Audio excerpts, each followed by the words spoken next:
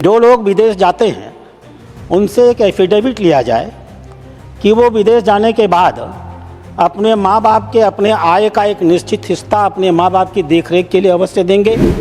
माँ बाप के देखरेख के लिए केयर टेकर की नियुक्ति करेंगे। माँ बाप के हेल्थ इंश्योरेंस का प्राविधान करेंगे और कम से कम हफ्ते में एक बार अपने माँ बाप से फ़ोन पर बात जरूर करेंगे। यह भी प्राविधान किया जाना चाहिए कि हर 6 महीने में माँ बाप से एक सर्टिफिकेट लिया जाए, सर्टिफिकेट ऑफ फुलफिल्ड ऑब्लिगेशन। और जो माँ बाप इस प्रकार के ऑब्लिगेशन सर्टिफिकेट्स नहीं देते हैं, भारत सरकार को ऐसे लोगों का पासपोर्ट निरस्त करना चाहिए और उन्हें वापस भारत में बुला लेना चाहिए। 3.5 करोड़ लोग विदेशों में जाकर के रहते हैं। उनके माँ बाप, सास ससुर अधिकांशतः इसी भारत में रहते हैं। ये जो भी बाहर और विदेश पढ़ने गए और नौकरियां किया, वो सिर्फ अपनी योग्यता के आधार पर गए हैं, ऐसा नहीं है। माँ बाप अपना पेट काट करके, अपना सुख त्याग करके और कभी कभी विदेश भेजने के लिए अपनी ज़मीन जायदाद बेच करके उनके विदेश जाने की व्यवस्था करते हैं। वो इतने शिक्षित हुए हैं, उसके लिए भारत सरकार की, किसी की भी सरकार हो, उसने जो एक सस्ती शिक्षा और स्वास्थ्य की व्यवस्था की है, उसका भी योगदान होता है। शुरू में जब ये विदेश जाते हैं तो माँ बाप की चिंता करते हैं।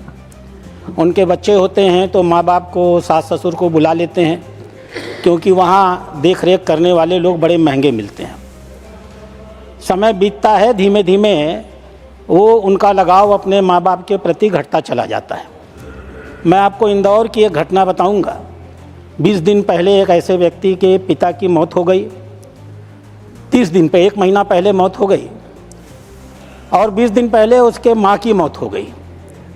दोनों माँ बाप का शरीर सड़ता गया, गलता गया, चमड़ी की तरह पतल करके हड्डी हड्डी हो गया। उनके बच्चे कभी लौट करके उनके पास नहीं आए। दिल्ली में भी ऐसी ही घटना हुई। 24-25 के आंकड़े बताते हैं कि ऐसी तकरीबन 500 घटनाएं इस देश में ऐसी होती हैं जिनके बच्चे विदेश पढ़ते हैं और जीवन के अंतिम काल में उनके जीवन का सारा सुख चला जाता है और पीड़ांतक मौत उनको अकेलेपन में प्राप्त होती है। सरकार ने एक नियम बनाया था, maintenance and welfare of parents and senior citizen act 2007 में। यह एक्ट करीब एक दंतहीन एक्ट था।